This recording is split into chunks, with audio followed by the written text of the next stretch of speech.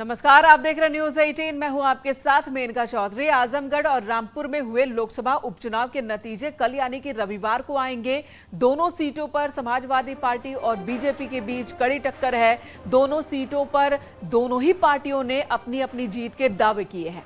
आजमगढ़ में बीजेपी के दिनेश लाल यादव निरहुआ और समाजवादी पार्टी के धर्मेंद्र यादव आमने सामने हैं। हालांकि यहां पर बीएसपी की ओर से गुड्डू जमाली भी चुनावी मैदान में है। तो वहीं रामपुर की बात की जाए तो आजम खां की साख यहां पर दांव पर है। समाजवादी पार्टी से आसिम रजा मैदान में है तो बीजेपी ने घनश्याम लोधी को उतारा है। देखना है कि जनता ने किसे आशीर्वाद दिया है। चुनाव के नतीजे न्यूज 18 पर आप सुबह 6 बजे से लगातार देखेंगे। सबसे पहले सबसे सटीक खबर नतीजे होंगे आपके सामने। तो कल होंगे नतीजे, कल आएंगे नतीजे। लोकसभा उपचुनाव को लेकर उत्तर प्रदेश में 2 सीटों पर लोकसभा उपचुनाव हुआ। आजमगढ़, रामपुर और दोनों ही सीटें समाजवादी पार्टी की सीटें थी। दोनों ही सीटों को, दोनों ही एरिया को समाजवादी पार्टी का गढ़ माना जाता है। बीते विधानसभा चुनाव में आजमगढ़ में 10 विधानसभा सीट जिस पर समाजवादी पार्टी ने ही कब्जा किया। तो रामपुर की बात करें तो यहां पर 5 विधानसभा सीट जिसमें से 3 पर समाजवादी पार्टी और 2 पर बीजेपी ने जीत हासिल की है। रामपुर में बीजेपी का दावा है कि इस बार आजम की नहीं चलने वाली है। इस बार लोगों का मन बदला है, आजम से मोह भंग हुआ है। और यहां पर सीएम योगी आदित्यनाथ ने भी चुनाव प्रचार किया था घनश्याम लोधी के लिए। तब उन्होंने यही बात कही थी कि बिना किसी भेदभाव के बीजेपी की सरकार सबका साथ सबका विकास के मुद्दे पर काम कर रही है, गरीबों के लिए काम कर रही है। और जो लोग पहले यहां पर अपने अधिकार की बात करते थे वो गरीबों के अधिकारों का हनन करते थे। उन्होंने आजम खां पर इशारों में निशाना साधा कि उन्होंने गरीबों की जमीन हथियाया, गलत तरीके से गलत काम किए और जिसकी वजह से उन्हें जेल भी जाना पड़ा और इस वक्त कार्रवाई का सामना करना पड़ रहा है। इन मुद्दों को उठाया गया रामपुर में। आजमगढ़ की बात की जाए तो यहां पर समाजवादी पार्टी और बीजेपी सीधे टक्कर इन दोनों ही पार्टियों के बीच में है। गुड्डू जमाली बीएसपी की ओर से चुनाव मैदान में है, लेकिन उनकी मौजूदगी को समाजवादी पार्टी को नुकसान पहुंचाने के रूप में देख रहे हैं जानकार। और ऐसे में कह रहे हैं कि बीजेपी और समाजवादी पार्टी ही यहां पर मेन फाइट में है। समाजवादी पार्टी की ओर से धर्मेंद्र यादव चुनाव मैदान में है। उन्हें पूरा भरोसा है कि यादव परिवार को जिस तरह से आजमगढ़ की जनता प्यार देती आई है, समाजवादी पार्टी को प्यार देती आई है, वही प्यार इस बार भी लोकसभा उपचुनाव के दौरान देखने को मिलेगा। और धर्मेंद्र यादव की जीत होगी जो कि नेताजी यानी कि मुलायम सिंह यादव के बड़े भाई के बेटे हैं। बदायूं से 2014 से 19 तक सांसद रहे, लेकिन 2019 में बदायूं का चुनाव वो हार गए। अब जब 2022 में लोकसभा उपचुनाव हो रहा है आजमगढ़ सीट पर, तो यहां से चुनाव मैदान में किस्मत आजमा रहे हैं। हालांकि अखिलेश यादव की गैर मौजूदगी दोनों ही सीटों पर चुनाव प्रचार के दौरान वो चर्चा का विषय जरूर है कि अखिलेश यादव ने आखिर चुनाव प्रचार से दूरी क्यों बनाई और क्या उनकी गैर मौजूदगी का नतीजों पर भी कोई असर हो सकता है। हालांकि समाजवादी पार्टी इस बात को पूरी तरह से खारिज कर रही है। समाजवादी पार्टी का कहना है कि अखिलेश यादव भले ही यहां मौजूद ना हो, लेकिन समाजवादी पार्टी का हर बड़ा नेता, पूरा कुनबा रामपुर में भी रहा, आजमगढ़ में भी रहा और नतीजों पर अखिलेश यादव की गैर मौजूदगी का असर नहीं होगा। अखिलेश यादव दिल से इन दोनों ही जगहों पर जनता के साथ है और जनता भी लगातार समाजवादी पार्टी के साथ ही है। ये दावे हो रहे हैं समाजवादी पार्टी की ओर से। लेकिन बीजेपी का दावा है कि आजमगढ़ में दिनेश लाल यादव निरहुआ जो कि पिछला लोकसभा चुनाव हार गए थे 2019 में, उनके सामने अखिलेश यादव थे। हालांकि 3 लाख से ज्यादा वोट दिनेश लाल यादव निरहुआ को मिले थे, लेकिन इतने ही वोटों के अंतर से वो अखिलेश से हार भी गए थे। उनका कहना है कि अखिलेश यादव जीते जरूर, लेकिन वो जीतने के बाद भी लोकसभा क्षेत्र नहीं आए, अपने लोगों का सुध उन्होंने कभी नहीं लिया। जबकि दिनेश लाल यादव ने यही दावा किया है लगातार कि हारने के बाद भी वो लोगों के बीच रहे। 2019 चुनाव से पहले भी उन्होंने यही बात कही थी कि भले मैं हारूं या जीतूं, लेकिन मैं रहूंगा आजमगढ़ के लोगों के बीच। हारने के बाद भी वो रहे और इसी को लेकर उन्होंने एक गाना भी बनाया था कि दिनेश लाल यादव डटा रहा, जबकि अखिलेश यादव जीतने के बाद भी चले गए, छोड़कर चले गए।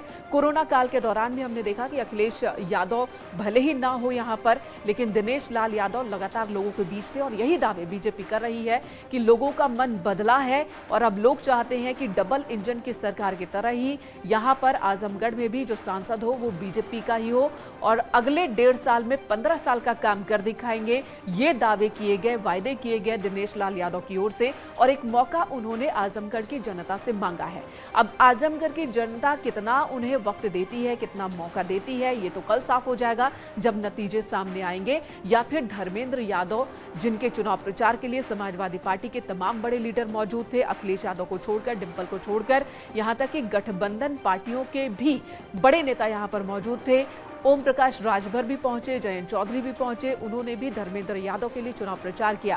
हालांकि शिवपाल यादव भी नहीं आए थे।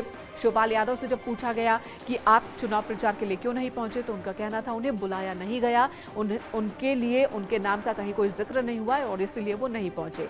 रामपुर की बात की जाए तो यहां पर सीधे सीधे आजम खां की साख दांव पर है।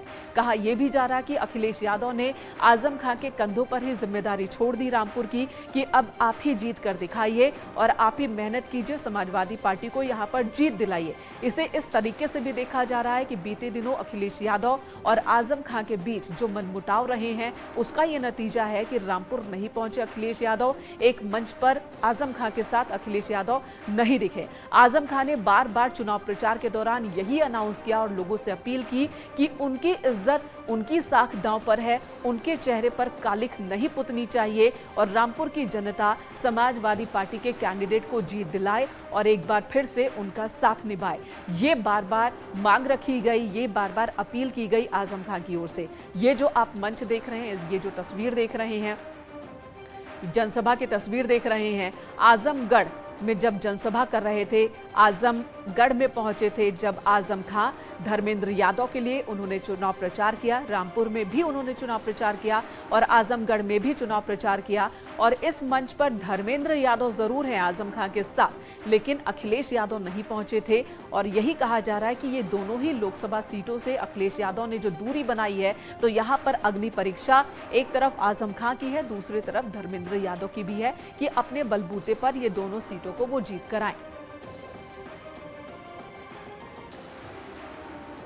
और न्यूज 18 पर आप लगातार आजमगढ़ और रामपुर दोनों ही लोकसभा सीटों पर मतदान की एक एक तस्वीर आपने देखी और अब आपको हमारे सहयोगी जो वहां मौजूद हैं गणना की यानी कि वोटिंग की भी हर तस्वीर आपको दिखाएंगे।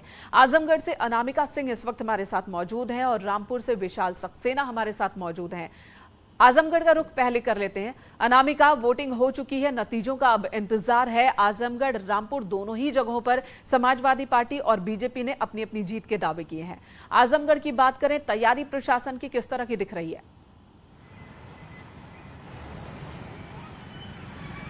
देखिए, जीत के दावों और तमाम चुनावी गहमा गहमी के बीच बारी नतीजों की है और नतीजों के लिए ही आज से जो है तैयारी शुरू होगी जिला प्रशासन की ओर से। कुछ ही देर के बाद जो जिलाधिकारी आजमगढ़ है वो पहुंचने वाले हैं काउंटिंग सेंटर पे और काउंटिंग सेंटर पे पहुंचकर वो देखेंगे कि कल को लेकर के कल की तैयारियां क्या है, किस तरीके से वहां व्यवस्थाएं की गई हैं। सुबह 8 बजे से काउंटिंग शुरू हो जाएगी। इसके बाद जिस तरीके की हलचल बढ़ेगी आजमगढ़ में, उसको देखते हुए जो पुलिस का डिप्लॉयमेंट है अब वो भी किया जा रहा है। प्रयास ये है कि आजमगढ़ हो चाहे रामपुर हो, दोनों ही संवेदनशील जिले हैं, उसको देखते हुए काउंटिंग के बीच कोई अव्यवस्था ना हो, कोई माहौल को खराब करने का प्रयास ना करे। तीनों प्रत्याशियों को बैठने की व्यवस्था, साथ ही उनके समर्थक और साथ में एक उनके साथ और भी व्यक्ति हो सकते हैं जो काउंटिंग सेंटर पे मौजूद होंगे। काउंटिंग चलती रहेगी, उसके बीच में जो प्रत्याशी हैं वो वहीं मौजूद रहेंगे, लेकिन इसके बाद किसी को भी यहाँ पर अव्यवस्था फैलाने की परमिशन नहीं होगी, जिसको देखते हुए पुलिस चप्पे चप्पे पर आजमगढ़ में उसकी मौजूदगी होगी। त्रिकोणीय लड़ाई है आजमगढ़ की, लिहाजा ये दिलचस्प चुनाव हो गया है आजमगढ़ का, जहां पे अखिलेश यादव के साथ साथ बीजेपी के लिए भी साख की लड़ाई है। हालांकि इस मुकाबले को त्रिकोणीय बनाया है बसपा प्रत्याशी गुड्डू जमाली ने, लेकिन अब वोटिंग हो चुकी है। वोटिंग परसेंटेज आजमगढ़ का बेटर था रामपुर के मुकाबले, तो माना यह जा रहा है कि चूंकि वोटिंग परसेंटेज ठीक था, संतोषजनक था, लिहाजा जो मतगणना होगी उसको भी लेकर के जो लोगों का उत्साह है वो काफी ज्यादा महत्वपूर्ण है। और इसी वजह से अनामिका बने रहे हमारे साथ। रामपुर से विशाल भी जुड़े हैं, उनका भी रुख कर लेते हैं, रामपुर का हाल भी जान लेते हैं। विशाल, जिस दिन वोटिंग हो रही थी समाजवादी पार्टी की ओर से आरोप लगाए गए कि उनके वोटर्स को पहुंचने नहीं दिया जा रहा है, वोट परसेंटेज भी कम, और इसके क्या मायने निकाले जा रहे हैं रामपुर में? अब जब मतदान खत्म हो चुका है तो प्रशासन की तैयारी कैसी है और रामपुर के लोगों के बीच किस तरह की चर्चा हो रही है, ये बताएं। जी बिल्कुल, देखिए रामपुर में जो जिस तरह का वोट परसेंट हुआ है उससे यही लगता है कि दोनों सपा और भाजपा दोनों ही प्रत्याशियों के बीच जो है वो कांटे की टक्कर है। ये कहना बिल्कुल भी मतलब किसी भी पार्टी के लिए कहना मतलब गलत होगा कि हम जीत रहे हैं। और ये जो चुनाव है ये सपा प्रत्याशी आसिम राजा और भाजपा के जो है घनश्याम सिंह लोधी उनके बीच चुनाव नहीं है, क्योंकि इस चुनाव में आजम खान ने खुद जनसभा में कहा है कि मेरे मुंह पर काली मत बांध देना। मतलब ये कि आजम खान का मतलब ये चुनाव है। वहीं भाजपा की तरफ से देखा जाए कई मंत्री रामपुर में रहे, डिप्टी सीएम ने खुद 2 जनसभाएं की, सीएम योगी ने 2 जनसभाएं की। तो इसका मतलब ये कि ये जो चुनाव है, ये जो चुनाव परिणाम है, ये चुनाव प्रदेश सरकार और आजम खान के बीच का चुनाव है। और ये चुनाव कल ये निर्णय तय करेगा कि इसमें प्रदेश सरकार जीतती है या रामपुर के कद्दावर नेता, सपा के कद्दावर नेता आजम खान जीतते हैं। बिल्कुल विशाल, लेकिन यहाँ पर इस तरह से भी आप देख सकते हैं और देखा जा सकता है, कई जानकारों ने भी इस बात का जिक्र किया कि एक तरफ आजम खान है, उनके करीबी आसिम रजा हैं, तो दूसरी तरफ घनश्याम लोधी है, वो भी कभी आजम खान के करीबी रहे थे और इसका फायदा भी उन्हें मिल सकता है। हर तरफ आजम ही आजम छाए हुए रामपुर में, चाहे वो समाजवादी पार्टी से हो या बीजेपी से हो। बिल्कुल, हर तरफ जो जहां भी देखो, क्योंकि आज घनश्याम सिंह लोधी हैं, वो विधानसभा से पहले ही क्या कहते हैं वहां भाजपा में उन्होंने ज्वाइन करी थी, तो एक तरह से वो भी आजम खान के करीब, क्योंकि 12 साल वो समाजवादी में रहे, तो 12 साल समाजवादी का मतलब है कि समाजवादी का भी वोट उनको कुछ ना कुछ जो उनसे संपैथिक है वो उनको मिला होगा। तो भाई अगर आसिम रजा की बात करें, आसिम रजा शहर के नगर सपा के नगर अध्यक्ष है, आजम खान के बहुत करीबी हैं, तो इस तरह से देखा जाए कहीं ना कहीं इसका भी फायदा उनको हो सकता है। भाई मतगणना की बात करें तो 400 करीब जवान जो है पैरामिलिट्री फोर्स के वो मतगणना में लगाए गए हैं। मतगणना बहुत ही मतलब सुरक्षा के पुख्ता इंतजाम किए गए हैं। वहीं आसिम रजा जो सपा प्रत्याशी, उन्होंने ये भी आरोप लगाया है कि जो मुरादाबाद के मंडल आयुक्त हैं, जो आंजने कुमार सिंह, जो पहले रामपुर में डीएम रहे थे, कि बाहर के अधिकारियों का जो है उस दिन प्रवेश जो है वो रामपुर में नहीं आए, कहीं ना कहीं वो उस चुनाव को जो उस मतगणना को जो है वो प्रभावित कर सकते हैं। ये भी उन्होंने आरोप लगाया। तो पहले वोटिंग के दौरान शिकायत और अब डर मतगणना को लेकर भी है। आजमगढ़ में अनामिका हमारे साथ है। अनामिका, यहां पर भी शिकायतें कुछ समाजवादी पार्टी की ओर से रखी गई कि कई जगहों पर वोटिंग में प्रॉब्लम हो रही है, वोटर्स को पहुंचने नहीं दिया जा रहा है। हालांकि प्रशासन ने भी कहा कि कोई सबूत हो तो आप सामने रखें। और अब जब मतगणना होनी है तो क्या ऐसा लगता है कि उसे लेकर भी कुछ शिकायत हो सकती है?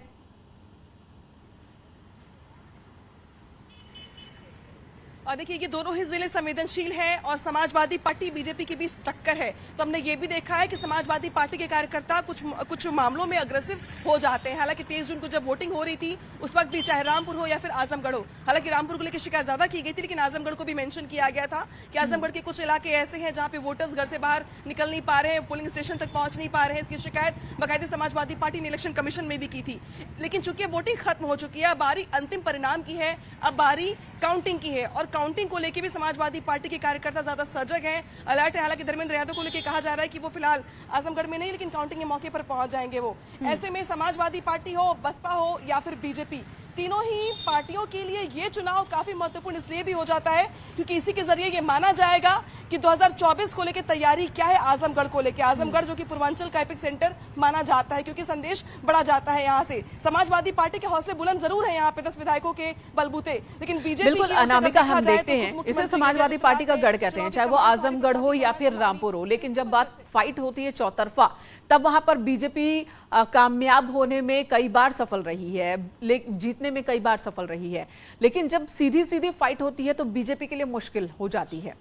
क्या गुड्डू जमाली की मौजूदगी बीजेपी के फेवर में जाएगी या गुड्डू जमाली जैसा दावे कर रहे हैं कि बीजेपी और एसपी देखती रह जाएगी, बीएसपी जीत जाएगी? ऐसे कुछ संभावना भी दिख रही है क्या? लोगों के मन में क्या चल रहा है? लोगों के बीच किस तरह की चर्चा हो रही है? और देखिए गुड्डू जमाली वो शख्स है जिन्होंने आजमगढ़ के चुनाव को ज्यादा दिलचस्प बना दिया, त्रिकोणीय मुकाबला ला दिया। यहाँ पे गुड्डू जमाली के साथ कुछ प्लस पॉइंट्स भी हैं। गुड्डू जमाली यहीं के लोकल रहने वाले हैं, यहीं के मुबारकपुर से विधायक रह चुके हैं, बसपा सुप्रीमो मायावती के करीबी हैं और ये ऐसे नेता हैं जो बसपा छोड़ के AIM भी गए, उसके बाद चुनाव के बाद फिर वापसी भी हो गई। हालांकि आमतौर पर बीएसपी में ऐसा होता नहीं, लेकिन गुड्डू जमाली का खुद का व्यक्तित्व ही है और उनकी लीडरशिप ही है जिसकी वजह से बसपा में उनकी वापसी हो गई और उनको टिकट भी दे दिया गया आजमगढ़ का। मुबारकपुर में गुड्डू जमाली जो है मुस्लिम मतदाताओं में अच्छी पैठ रखते हैं, काफी पैसे वाले माने जाते हैं क्षेत्र में और कहा जाता है कि वो हर मौके पर लोगों के लिए खड़े रहते हैं, काफी मदद पहुंचाते हैं। मुस्लिम चूंकि नेता है वो, लिहाजा आजमगढ़ जो कि मुस्लिमों का के लिए ज्यादा संख्या यहाँ पे उनकी है, तो ये माना जा रहा है कि ये खतरा बीजेपी को ना होकर के समाजवादी पार्टी को है, क्योंकि जब यहाँ के वोट बटेंगे और कटेंगे तो वो बसपा के खेमे में जाएंगे। और शायद यही वजह है कि इस आधार पर गुड्डू जमाली ये कह रहे हैं कि उन्हें वोट कटवा मत कहिए आप, उन्हें वोट काटने वाला मत कहिए आप, ये कहिए कि समाजवादी पार्टी और बीजेपी देखते रह जाएंगी और बसपा की सीट निकाले जाएगी। और तो बीएसपी की ओर से, गुड्डू जमाली की ओर से बार बार यही बात कही जा रही है कि मैं घर का हूं, मैं आजमगढ़ का हूं, बाहरी और भीतरी की बात वो कर रहे हैं। और दिनेश लाल यादव निरहुआ भी यही कह रहे हैं कि जब से वो आजमगढ़ आए हैं तो आजमगढ़ में ही बस गए हैं। सीएम योगी आदित्यनाथ ने भी इस बात का जिक्र किया कि जिस तरह से गोरखपुर में सांसद रवि किशन अब वहीं पर रहते हैं, बहुत कम वक्त होता है कि मुंबई और कहीं और जाते हैं, तो दिनेश लाल यादव निरहुआ भी यही रहेंगे, आप लोगों का काम करेंगे। तो ये उदाहरण भी उन्होंने दिया। चलिए, वोटिंग तो हो चुकी है, कल नतीजे आने हैं जिसकी तैयारी आप लोगों ने भी कर ली है, प्रशासन ने भी कर ली है और हमने भी कर ली है कि जनता को एक एक खबर हमारे दर्शकों तक हम पहुंचाएंगे, सबसे पहले सबसे सटीक।